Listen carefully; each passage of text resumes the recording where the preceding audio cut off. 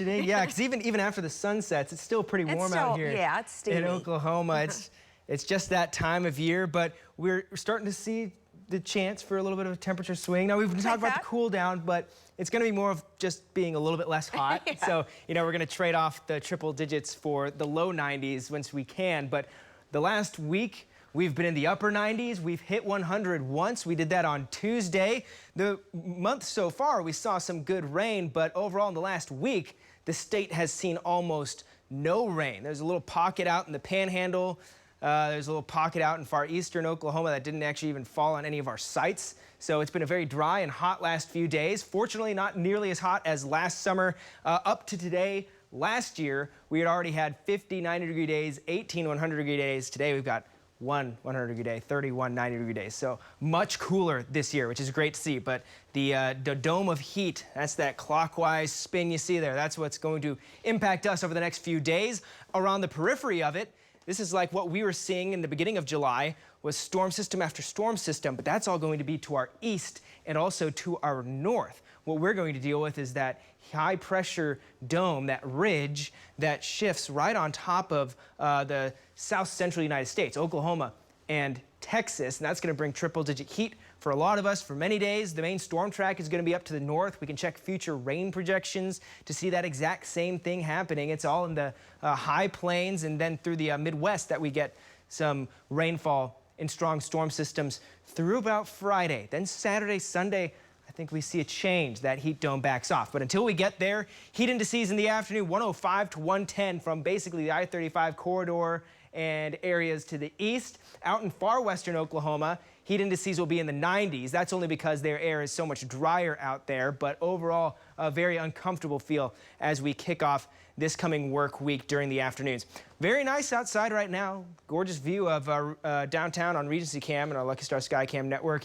81, so I mentioned we're kind of holding on to some of that heat. Some of us more than others. 83 in Midwest City, 84 in Kingfisher, still 88 in Norman, but then you head out to El Reno, only 76 degrees. So some areas starting to fall back into the 70s. Most of us still in the 80s with a light breeze out of the southeast, around 5 to 10 miles per hour. That will continue to stay light as we go through the overnight period tonight, around 4 to 8 miles per hour by the time we're waking up. Temperatures will fall back into the lower 70s, 71, Oklahoma City, Stillwater, Enid, maybe some upper 60s, 69 in Clinton. So some of us a little comfortable to start things off. And then the southwest breeze, it picks up tomorrow, 10 to 20 miles per hour for some, 10 to 18 elsewhere. And that's going to be a hot south to southwest breeze. 100 Oklahoma City, that'll be 100 day number 2. 101 Stillwater through Ponca City, still 100 all the way into the Tulsa metro. And then in southwest Oklahoma, that's where the heat's really going to be stacking on the next few days. 105 in Altus. So we notice the heat.